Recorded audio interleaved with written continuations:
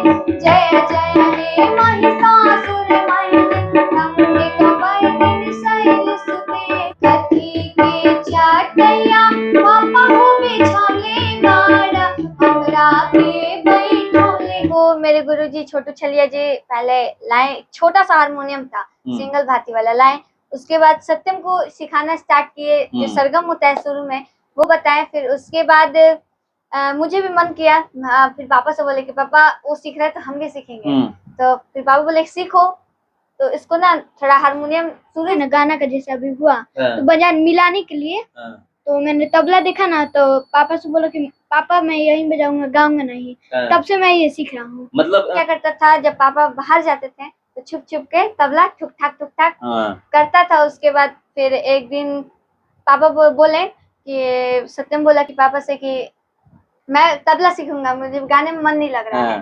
तभी से ये चलने लगा। मतलब उसी समय से आप सिंगर बन गई और ये तबला वादक बन गए।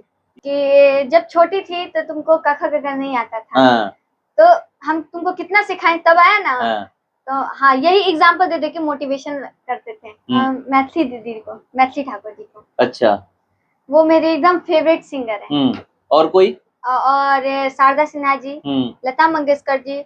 और भोजपुरी में ये लोग पूछते हैं पवन खेसारी, इन लोगों को नहीं, मुझे पसंद नहीं है। पसंद नहीं है? नहीं। क्यों? अश्लील गाने की वजह से? नहीं, मतलब अब मुझे अच्छा इस शब्द का प्रयोग करता हो कि लड़की हो, पढ़ाई लिखाई पे ध्यान दो, क्या ये गाने के चक्कर में पड़ी हुई हो? बिल्कुल बिल्कुल, रिलेशन ही में होता है। रिलेशन में? रिलेशन ही में। नहीं नहीं, पढ़ाई पे ज्यादा ध्यान दो, पढ़ाई पे फोकस रहेगा तो बहुत आगे जाओगी। तो मैं बस सुनती हूँ, उसके बाद आप देख रहे हैं ये नैन्सी हैं और ये सत्यम है, मगर इनकी जोड़ी जो है ना, पूरा नाम अगर कहीं भी देखिएगा तो इनकी एक जोड़ी है, लिखा जाता है सत्यम नैन्सी मिश्रा। और ये अभी बहुत ही मतलब इनकी सुरीली आवाज है, और जो ये अभी गा रही थी शिव तांडव स्तोत्र जो है वो गा रही थी, और महिषासुरमर्दिनी स्तुति गा रही थी, और साथ ही साथ एक हमने गवाया है पारंपरिक जो गीत है कन्यादान का, वो उनसे गवाया है। और यहाँ पर देखिए बहुत ही अच्छा तबला बजाते हैं, आप मेरे सामने देख रहे हैं कि किस तरह से तबला रखा हुआ है, और ये हारमोनिया बजा करके अभी गा रही थी।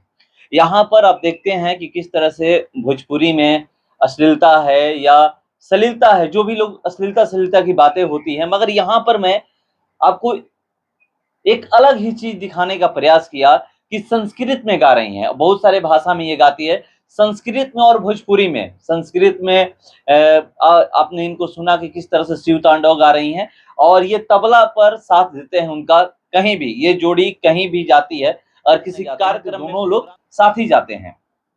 इनसे मैं जुड़ता हूं, पहले सत्यम से मैं बात करूंगा, उसके बाद नैन्सी से बात करूंगा। सत्यम, कैसे हैं आप, ये बताइएगा। मैं ठीक हूँ। तबला कब से बजा रहे हैं? 15 महीना हो गया। 15 महीना हो गया। किस क्लास में है? 3 में। क्या उम्र होगी? 9 साल। 9 साल। मतलब ये कैसे तबला बजाना स्टार्ट किए? क्या कभी घर में बोला गया कि नहीं तबला बजाओ, या कुछ एक्स्ट्रा करना है तो उस चीज को आप करिए? नहीं, पहले मैं गाना हारमोनियम बजा के गाता था।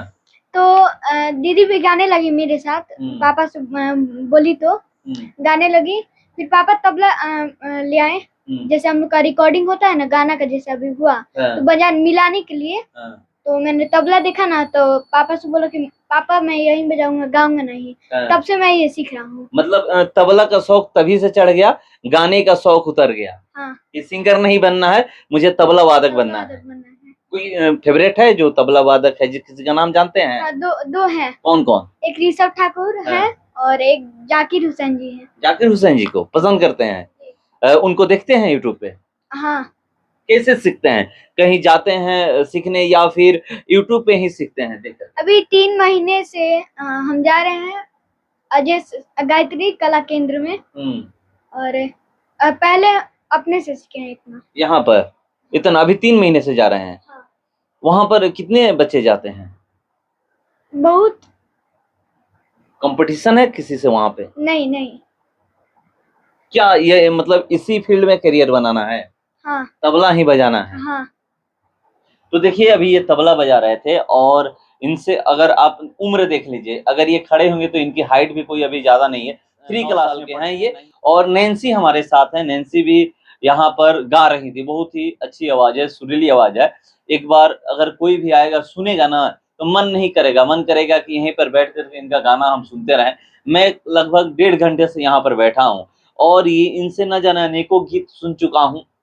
ये बहुत अच्छा, चाहे वो मैथिली में हो या फिर राजस्थानी में हो, मराठी में हो, भोजपुर जिले से आती हैं तो भोजपुरी की तो बात छोड़ ही देते हैं कि क्योंकि हमारी बोलचाल की भाषा ही भोजपुरी है तो भोजपुरी गाती हैं, और साथ में संस्कृत में भी गाती हैं, मतलब इतने भाषाओं में ये गाती हैं। चलिए मैं उन्हीं से जानने का प्रयास करता हूँ कि कितने भाषा में ये गाती हैं।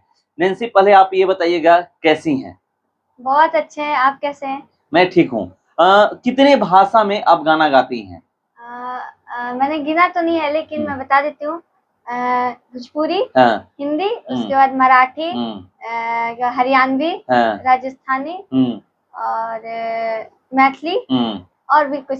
और मतलब ऐसा लगता है कि क्या हर दिन कुछ नया सीखने का प्रयास करती हैं कि अलग अलग भाषाओं में, जितने भी भारत में भाषा है उसमें गाएं? बिल्कुल बिल्कुल। अभी मैं पंजाबी सीखने का कोशिश कर रही हूँ। पंजाबी आता है कुछ? बोल पाती हैं कि नहीं? नहीं, बोल नहीं पाते हैं। कुछ भी नहीं बोल पाती हैं? मतलब गा लेंगे, बोल नहीं पाते हैं। अच्छा, कोई ऐसा भाषा जो गाने के साथ बोल भी लेती हैं? भोजपुरी के अलावा मराठी हो गया, हरियाणी हो गया, या फिर बोल रही थी कि राजस्थानी हो गया, कुछ आता है समझ में सुन करके? मतलब समझ में जो बोलते हैं वो समझ में आता है, लेकिन बोल नहीं पाते हैं। बोल नहीं पाती हैं? अब एक तो आप छोड़ दी कि अब इतने मतलब भाषा का तो बात बता दी, मगर संस्कृत तो छोड़ दी। संस्कृत में इतना अच्छा स्तुति गा रही हैं, स्तुति गा रही हैं। वो तो संस्कृत तो पैदाइशी है, तो उसको तो गिनने में वो तो गिनाता ही है, उसके अलावा बताएंगे। अच्छा, किस क्लास में है अभी आप? मैं 7 क्लास में। कब से गाने का ये शौक चढ़ा? मैं तो फिलहाल अभी 2.5 साल से सीख रही हूँ। जैसा सत्यम बताया वैसे ही चलता रहा। पहले सत्यम को मेरे गुरुजी छोटू छलिया जी पहले लाए, छोटा सा हारमोनियम था, सिंगल भाती वाला लाए। उसके बाद सत्यम को सिखाना स्टार्ट किए, जो सरगम होता है शुरू में वो बताए। फिर उसके बाद मुझे भी मन किया, फिर पापा से बोले कि पापा वो सीख रहे तो हम भी सीखेंगे। तो फिर पापा बोले सीखो। तो इसको ना थोड़ा हारमोनियम शुरू ही से नहीं आता है बजाने, तो मैं बजा लेती थी, तो मैं बजा के गाती थी। उसके बाद फिर पापा लाए जो तालमेल होता है, तो पापा थोड़ा थोड़ा बजाते हैं। तालमेल के लिए तबला लाए, और ये क्या करता था, जब पापा बाहर जाते थे तो छुप छुप के तबला ठुक ठाक करता था। उसके बाद फिर एक दिन पापा बोले कि सत्यम बोला कि पापा से कि मैं तबला सीखूंगा, मुझे गाने में मन नहीं लग रहा है। तभी से ये चलने लगा। मतलब उसी समय से आप सिंगर बन गई और ये तबला वादक बन गए। ये जोड़ी हर जगह जाती है, कहीं भी कहीं कार्यक्रम होता है, जैसा मुझे ये भी पता चला कि सरकारी कार्यक्रम में आप हर जगह जाती हैं, तो सरकारी कार्यक्रम में भी तबला बजाने जाते हैं जी। मतलब आपकी जोड़ी जहाँ भी जाइएगा दोनों साथ में ही, एक दूसरे के बिना अधूरे हैं लोग। अधूरे हैं। तो देखिए, एक दूसरे के बिना अधूरे हैं, और ये कह रहे हैं जोड़ी सही में कमाल की है। भाई बहन की जोड़ी है, वो 7 क्लास में है, ये 3 क्लास में है। उम्र का तो छोड़ देते हैं, 7 क्लास में आप जानते हैं कि कितने साल के बच्चे हैं, 3 क्लास में कितने साल के बच्चे होते हैं, सबको ये पता है। मगर एक चीज ये मैं आपको दिखाने का प्रयास किया कि जहां भोजपुरी में आप चाहे कहीं भी जाइएगा, लोग कैसे कैसे गाने गा करके आगे बढ़ते हैं, वहीं पर ये सिंगर नैन्सी किस तरह के गाने गा करके आगे बढ़ना चाहती हैं। न अश्लील गाना गाना पसंद करती हैं, न सुनना पसंद करती हैं। उस पर भी मैं बात करता हूँ अश्लील को लेकर के। यहाँ पर आगे बढ़ने के लिए लोग तरह तरह के मतलब ये सोचते हैं कि हम क्या ऐसा अश्लील गा दें कि तुरंत हम हिट हो जाए। आपका मन नहीं करता है कि हम भी अश्लील गा कर हिट हो जाएं? नहीं, बिल्कुल नहीं। क्योंकि अस्तित्व कहता है कि अश्लील आज भी है और हमेशा रहेगा। और अश्लील तो आता जाता रहता है, तो उसका कोई वैल्यू नहीं होता है। मतलब ये कहा जा सकता है कि ये चटनी है, कि कुछ देर के लिए अच्छा लगता है, मगर उसके बाद उसका वैल्यू नहीं है। वही है। तो अश्लील गाने जो ये लोग गाते हैं अपने आप को हिट करने के लिए, उनके लिए क्या कहिएगा? उनके लिए मैं यही कहूंगी कि क्या लता मंगेशकर जी को तो भारत रत्न मिला है, वो कहाँ अश्लील गाई हैं? और शारदा सिन्हा जी, उसके बाद नुसरत फतेह अली खान जी, तो ये सब अश्लील कहाँ गाए हैं?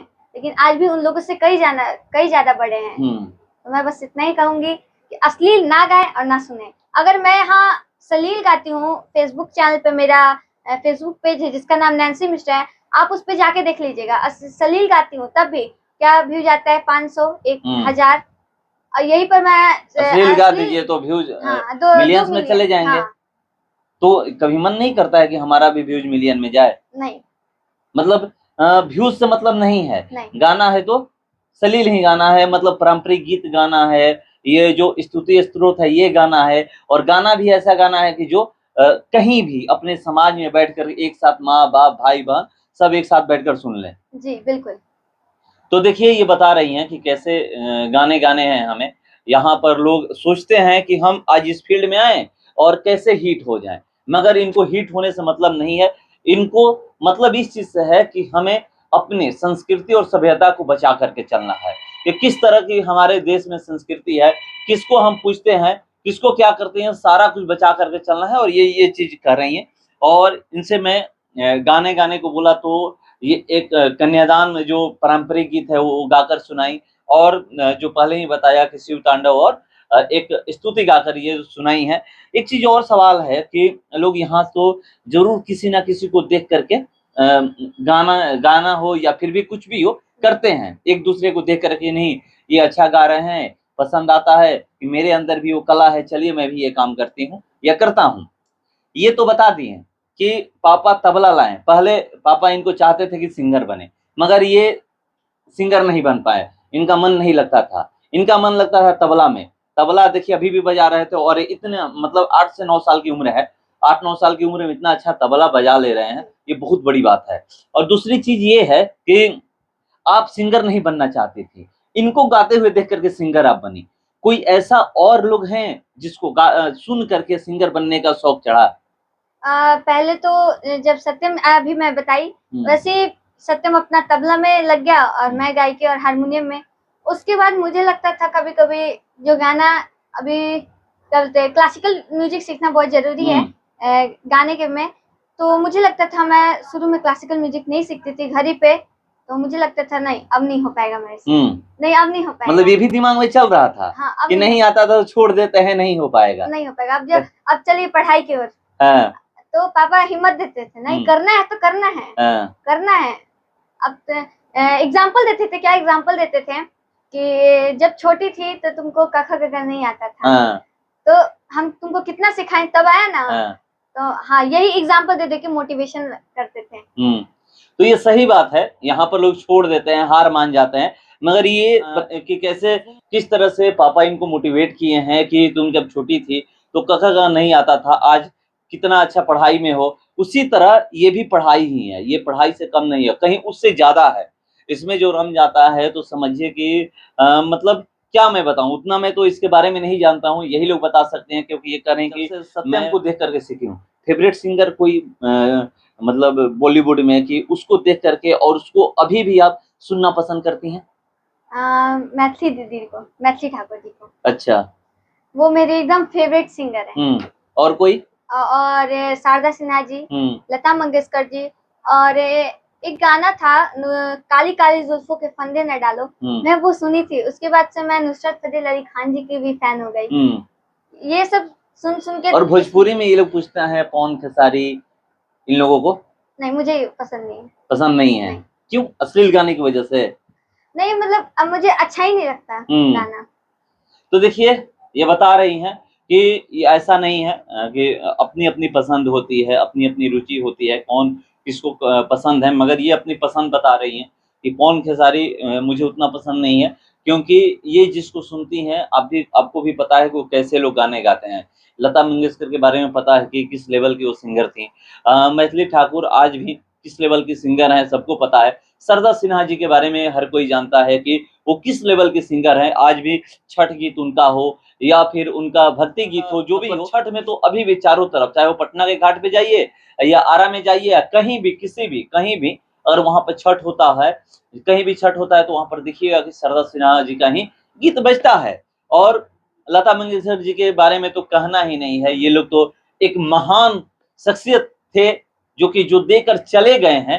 अब शायद ही कोई ऐसा पैदा हो पाएगा, मगर इनकी फेवरेट यही लोग हैं, पवन खेसारी नहीं है। बहुत लोग कहते हैं कि हम पवन सिंह को देख करके आगे बढ़े हैं, खेसारी लाल यादव को देख करके आगे बढ़े हैं। ये भोजपुरी भी गाती है, ये हिंदी भी गाती है, संस्कृत भी गाती है, हरियाणवी भी गाती हैं, ये राजस्थानी भी गाती हैं, मराठी भी गाती हैं।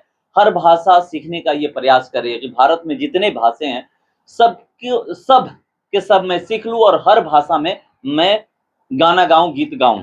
तो इनसे मैं बात किया और मैं आपको सारा कुछ दिखाऊंगा भी। इसके बाद भी और जब मुझे मौका मिलेगा, जब भी मैं आकर के इनसे इसी तरह आप लोगों को गाने सुनाऊंगा और दोनों ये जोड़ी को मैं जब भी मुझे मौका मिलेगा आप लोगों को दिखाऊंगा और सुनाऊंगा कि किस तरह से ये जोड़ी हिट है और हिट आगे भी होगी। और एक चीज कभी मन करता है, जब भी अभी आप बोले कि मतलब आप आगे बढ़ रही हैं धीरे धीरे, कल क्या थी आज क्या है, कल भी कुछ एक्स्ट्रा सीखेंगी, फिर उससे आगे एक्स्ट्रा सीखेंगी।